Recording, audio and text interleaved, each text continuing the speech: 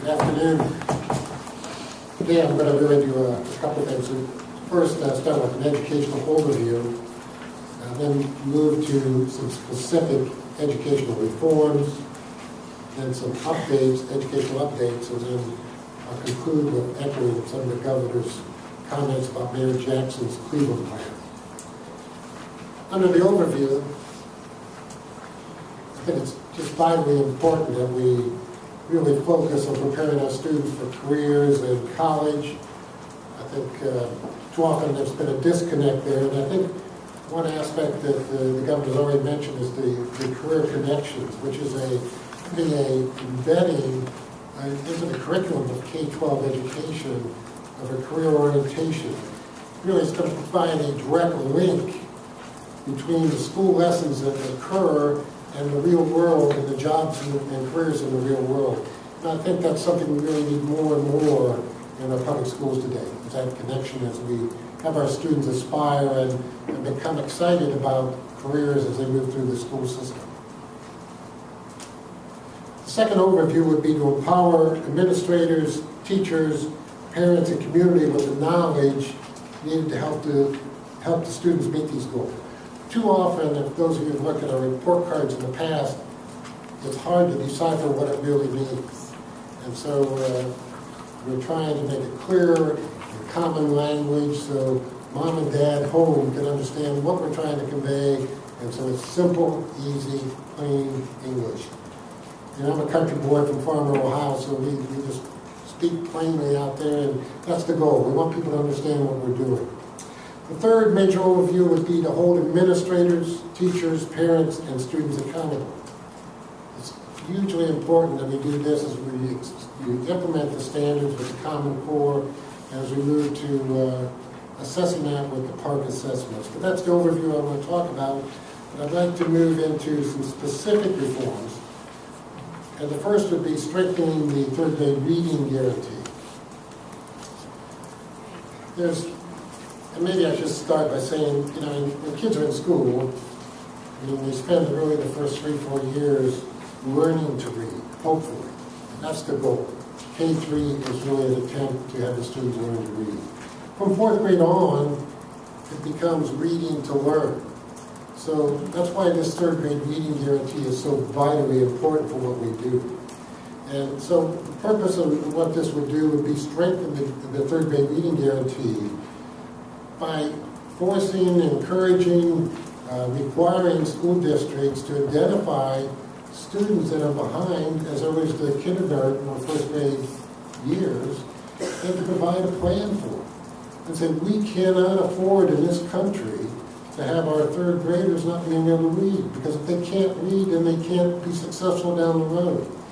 And there's some data coming out of Florida, if I can read my notes here. In Florida, since 2002, the lowest level of performance of third graders in Florida has dropped 41% since they implemented their third grade reading guarantee. So they elevated the reading scores of all the students, and so the lowest portion of those reading scores in Florida actually declined by 41%. And the 4th grade scores in Florida on the NAEP went from 206 in 1998 to 225 in 2011. Setting a standard, setting expectations, and conveying the message that we expect our students to be able to read by the end of the 3rd grade needs to happen. Now we can't, as the governor said, can't be surprising people. And so that's why we're looking for the school districts at kindergarten, 1st grade, to identify the students that are behind, identify the students that don't have those skills, and implement a plan to make a difference. The second education reform, and part of this is tied to the waiver that the State Department of Education has sent to the federal government to get approval for, but the basic thrust here is to get an A through F grade card.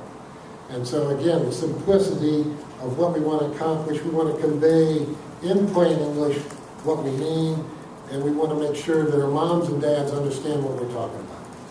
And so an A and F grade card for schools and school districts, I think, does that in a much more effective way than what we have right now in public schools.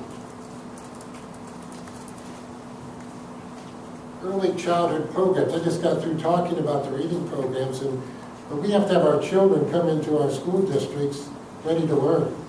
And so we need to have some improvement in our early childhood programs. And one of the things that we'll be doing with early childhood, we will be assessing all publicly funded early childhood programs. So if they're publicly funded, we're going to grade them. We're going to evaluate them and make sure that those children, when they do come to school, are ready to learn and able to read and move forward. And this is going to be really all programs, and I think it's going to be very well received by my K-12 compadres out there to have students coming into school better prepared to learn and inclined to learn. The next reform would be to adopt standards for dropout recovery schools. I'm a huge believer in choice. I'm a huge believer in options for parents and boys and girls. But they need to be quality programs. They need to be quality choices for our boys and girls. And so basically what we're looking for here is kind of clearly define some performance standards we have for these dropout schools. So everybody knows what they are. And then develop report cards that would recognize the individual characteristics, because these are different sort of schools. I mean, dropout recovery, when I was at Reynoldsburg for a good number of years, we called them credit recovery schools. These were kids that were gone, and we were trying to bring back and reconnect so they could graduate and enter the job force and with a career and be productive citizens to our community. And so it's hard. It's a different type of student. And so we need to be publicizing, assessing, and making sure that we recognize that these are unusual and different sort of students and make sure they do get through and graduate. Digital learning, I read in the media today, or heard in the media today, that the Britannica Encyclopedia is not going to be printed anymore. It's going to be digital. And I think that's an indicator of where we need to be headed more directly in our public schools. I was talking to the state board the other day, and I said, you know, if you talk to your parents or grandparents and compared the way their school was the way it is today, they're more alike than they are different. And we need to dramatically change how we deliver information in the public schools. And I think digital learning and blended learning are two ways that could happen. So in this bill, we're going to be defining what digital learning use.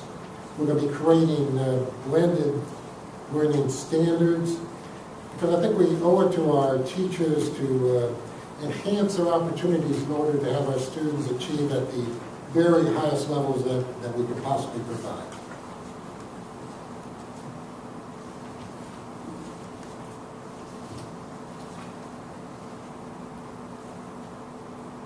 Perhaps educational updates, and just a couple of caretaker things, but career technical schools have never been evaluated.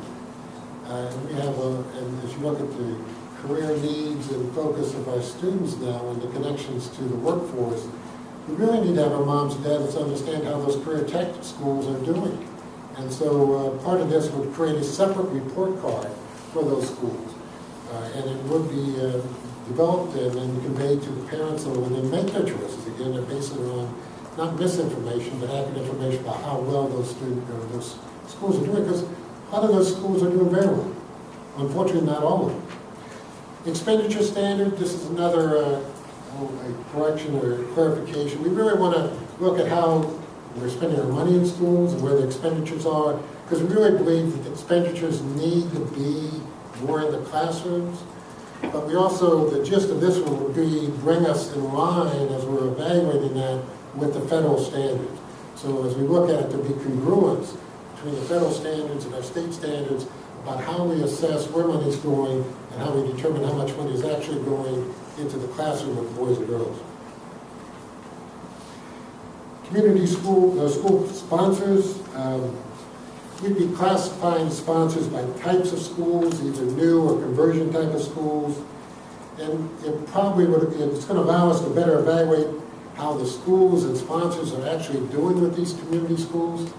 Again, choice is a powerful thing, but we need to make sure that they're good quality choices for our boys and girls. The next update would be providing greater flexibility in the administration of teacher evaluations. Two things, really. We provide for third-party evaluators to go in and evaluate the teachers in the school district. Now, this probably, most typically, it could be done in a lot of ways, but it's probably going to be typically done through the educational service centers in the state. They're going to be contracted by the local school district, but it gives the school district more time to allow principals to focus on instruction and running and operating the school rather than sitting in a classroom and evaluating the teachers. The second part of this, when we have a teacher that is excellent and scoring at the highest ranking, it provides an opportunity for a classroom observation to be waived for that teacher. I mean, if we have an excellent teacher, we want to support them. It does provide the option that they can develop a portfolio in lieu of the other observations, but it really gives some acknowledgement that we have some highly effective teachers that probably need to be treated differently than others that are not. Update the school facilities. 3 things in here that just really make it easier to access the School Facility Commission. One would be to segmenting the projects so that you could have smaller pieces. So a school district could have a smaller piece of a School Facility Commission project and could access it that way. It would remove the barrier, about 75% requirement for a school district to have access. And thirdly, as far as the Facilities Commission, it would allow school districts that are ready not to have to wait in line for districts that aren't ready in order to receive their funding. If they're ready to go, the Facilities Commission and this would be able to give them the money and get the facilities done. We would also require, as you all know, we do the value-added assessment of teacher preparation, teacher education programs. In this bill, we're going to request that they require the reporting of teacher evaluation results by the College of Education.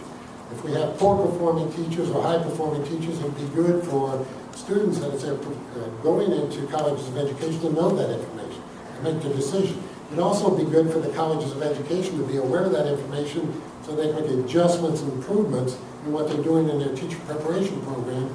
Because as we look at the K-12, the preparation of those teachers in the classroom is the very, very most important thing. Because it's our classroom teachers that move the needle. I mean, we could talk about a lot of things, but that classroom teacher, and each of you probably out there can remember back when you were in school and think of a teacher that made the difference for you. I know I can. It's the teachers that make the difference. We have to make sure we have the highest quality of teachers we possibly can get into those classrooms.